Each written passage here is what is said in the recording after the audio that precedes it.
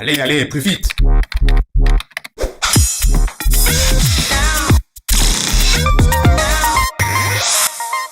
C'est Henry Ford qui va bouleverser la production industrielle et l'organisation du travail en inventant le travail à la chaîne.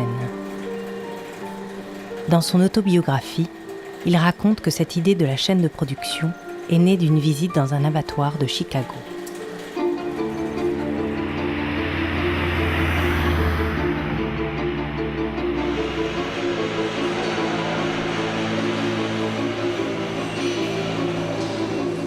La direction de Fenwick a fait appel à des spécialistes de l'optimisation. Ces consultants-là, donc, sont venus durant une bonne année chez nous. Tout le temps que l'opérateur met à attendre, c'est du temps qui est payé, mais pendant ce temps-là, il ne monte pas du chariot. Donc l'objectif, c'est de réduire au maximum tous ces gaspillages pour que le temps de l'opérateur soit optimisé. Donc on va tout réorganiser, la façon de travailler, l'implantation, pour que toutes les 28 minutes, on ait une pièce qui soit livrée sur la ligne de montage. La première cause des souffrances au travail se trouve là, dans les nouvelles organisations du travail qui permettent ces taux de rentabilité faramineux imposés par les investisseurs financiers. Faire passer des travailleurs de 350 pièces à 1200 à l'heure, c'est comme accélérer l'image de cette femme par 4. Le résultat, c'est ça.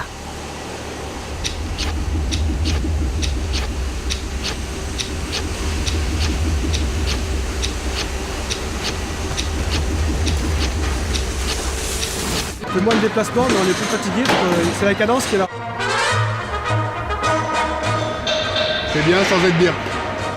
Le lean est bien pour le client, mais pour nous, ça augmente les cadences. Ça se ressent, hein. Ça se ressent tout de suite. Cette augmentation continue des cadences, des flux, conduit un certain nombre d'ouvriers à des conditions qui sont proches de celles des sportifs de haut niveau. On sait que le sport de haut niveau, les gens sont à la limite de résistance physique, c'est régulièrement des fractures, c'est régulièrement des accidents, c'est régulièrement des problèmes de tendinite. C'est des problèmes de dopage aussi. C'est vrai qu'on sent dans un certain nombre d'endroits, dans un certain nombre de cas, qu'on atteint finalement pour un travail d'opérateur payé au SMIC finalement des conditions de celles qui sont des champions de très haut niveau qui peuvent être parfois payés des centaines de milliers d'euros, voire même des millions d'euros, ce qui pose de vraies questions. Et que bien évidemment, si ces champions sont formés, sélectionnés, encadrés par des médecins, des coachs qui les suivent, eh bien les techniciens, les ingénieurs qui sont à l'usine ne sont pas des coachs. C'était le coude. Ouais. Voilà, c'était là. C'était là. Tout ce que j'ai soulevé, ça tirait, ça... C'était que je fasse quelque chose, que je ne fasse rien. C'était là constamment. Et là, j'ai vu que non, il y avait quelque chose qui n'allait pas. Et là, j'ai été voir consulter le médecin. Ils ont fait la chasse au petit temps de récupération que les gens pouvaient avoir. Et puis les gens, on a vraiment plus de temps pour souffler. Tendu. Employé, manager, augmentation, ouvrier, caissière, dossier rendu à temps. Je me lève tôt, je me couche tard. Fatigué de me lever le matin. Classer mes dossiers. Travail son contrat. Le travail me travaille.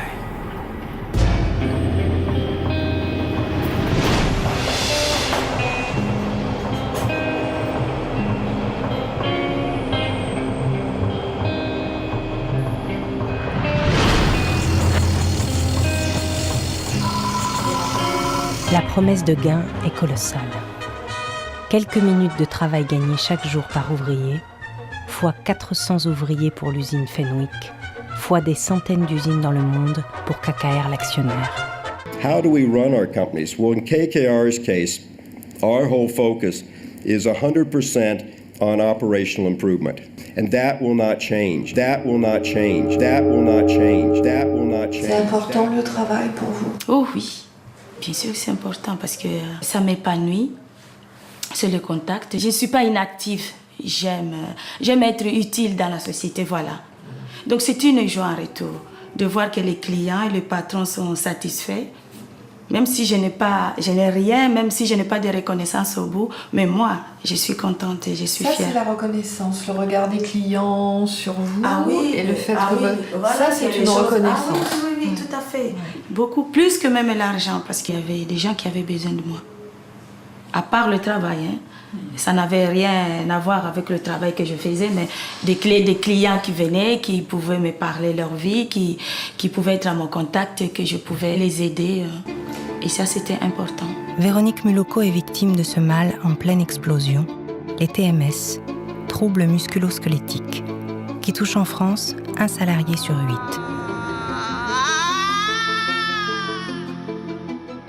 Un mal qui représente 7 millions de journées de travail perdues chaque année et coûte plus de 710 millions d'euros à la sécurité sociale. Ce qui a poussé le ministère du Travail à lancer cette campagne de sensibilisation. L'apparition des troubles musculo-squelettiques ne doit rien au hasard. La course à la productivité et les nouvelles technologies ont transformé la nature même du travail dans nombre de métiers. Le travail d'une caissière consistait à prendre un produit, vérifier son prix, l'enregistrer dans la caisse et le déposer plus loin. Maintenant, les caissières ne font plus qu'un geste, présenter un code-barre devant un rayon laser. C'est 3 fois plus rapide. Mais désormais, une caissière soulève en moyenne 1 tonne par heure. On retrouve le même phénomène à la chaîne ou devant son ordinateur. Le cumul des contraintes de productivité et des contraintes commerciales finit souvent par casser l'individu.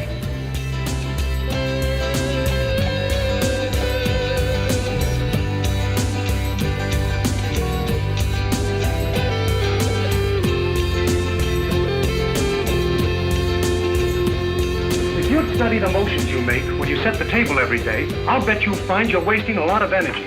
In fact, I'll bet there are better ways of doing almost everything around here. 40 seconds. Et quelle ambiance il y avait dans l'atelier à cette époque-là? C'était super, c'était une famille. Ouais. Ah, c'était une famille. On faisait des repas entre nous, on partageait tout ce qu'il y a à manger. Quand on avait même un seul pain au chocolat, on était 5, on le partageait à 5. Parce que le travail, il était pénible. Mais en sachant qu'il y avait des personnes autour de vous qui vous aident, c'était pas spécialement que moi, c'était même leurs copines à côté, leurs collègues. S'ils étaient fatigués, vous avez des cloques au niveau des mains parce que moi, c'était manuellement. Ils s'échangeaient entre elles et laissaient jamais une personne souffrir.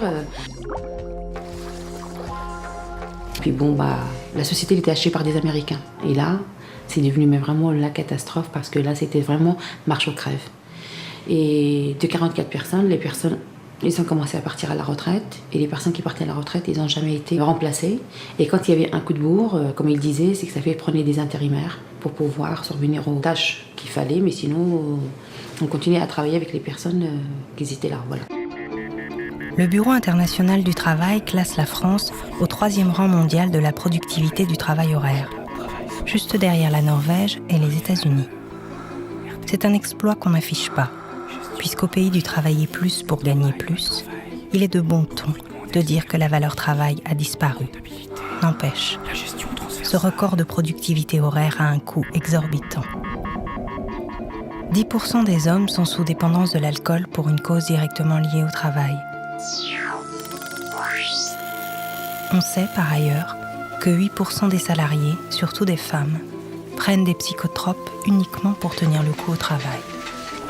Notre société l'admet, sans broncher, comme s'il s'agissait du prix à payer pour ne pas perdre la compétition mondiale. Mais faut-il s'étonner que désormais, tant de gens perdent leur vie à force de tout faire pour la gagner ? Le seul moyen d'en finir, c'est de trouver un moyen imparable.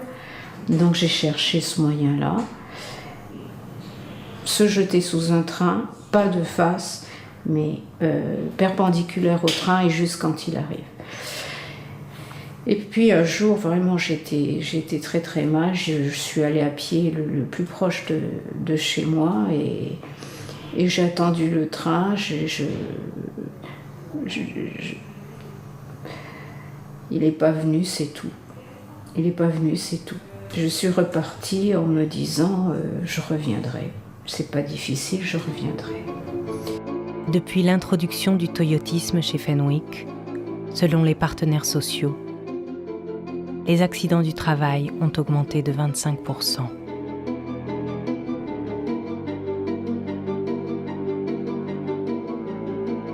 S'agissant de l'amélioration des conditions de travail, là, et c'est les salariés qui en parleront le mieux eux-mêmes.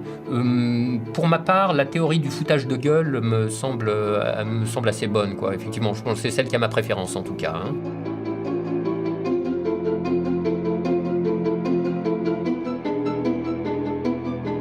Là où Toyotisme va plus loin, c'est qu'il va arriver à convaincre l'ouvrier qu'il lui importe de lui-même de trouver le moyen d'augmenter les cadences. On s'est rendu compte qu'il était beaucoup plus efficace et rentable et performant que le travailleur adhère, plutôt qu'il soit dans un système disciplinaire dans lequel le chef va lui dire ce qu'il faut faire et ce qu'il ne faut pas faire. Et donc ça oblige de changer le rapport au travail.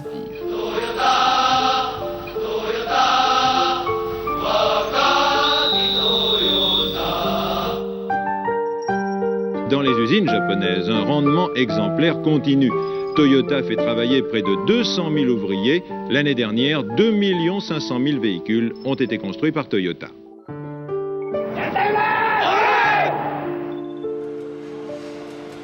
À l'usine Fenwick, comme chez Toyota, chaque salarié doit proposer quotidiennement des idées, des astuces, des solutions afin d'améliorer la productivité et la sécurité de son poste.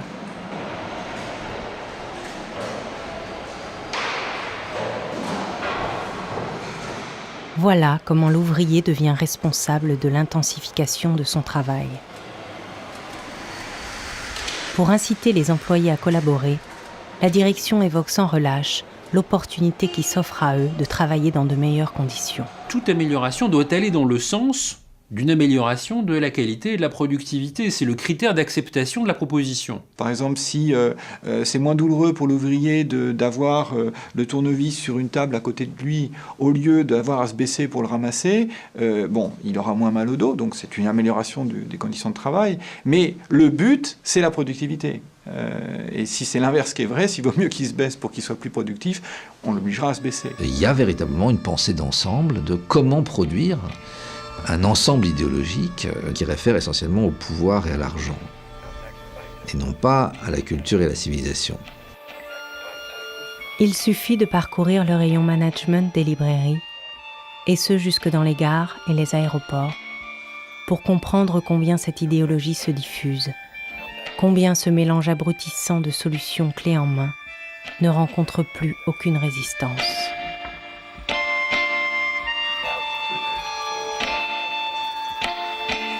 Deux ans après le rachat par KKR, le directeur de l'usine Jean-Luc Mastiquian annonce aux salariés une réduction des effectifs. L'usine doit se séparer d'une centaine d'entre eux. Le système Toyota permet de produire plus avec moins de ressources. C'était exactement l'objectif.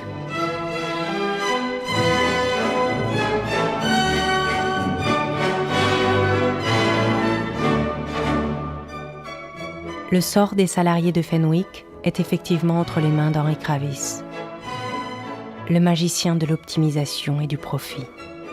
L'homme qui fait jaser pour ses revenus exorbitants. 51 260 $ par heure, 24 heures sur 24. 365 jours par an, soit 1 300 000 $ par jour, soit encore 450 millions de dollars en 2006, ce qui équivaut à 23 492 années de salaire d'un ouvrier de Fenwick. La santé au travail concerne tout le monde, et pourtant on en parle peu. On a tort. Sa prise en charge nous coûte très cher. Les maladies professionnelles, les accidents du travail ou sur le trajet pour s'y rendre touchent chaque année près de 1 million de personnes en France. Une fortune à l'échelle de l'Europe. Chaque pays de l'Union y consacre entre 3 et 4% de son PIB. Mais voilà qu'en plus des maladies et accidents, un mal nouveau est apparu depuis quelques années.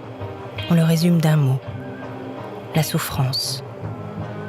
Selon l'Institut de veille sanitaire, en France, 1/4 des hommes et 1/3 des femmes souffrent de détresse psychique liée à leur travail. Tous les secteurs d'activité, toutes les professions sont touchées. Désormais, au bureau comme à l'usine, la santé est devenue un problème grave et ruineux.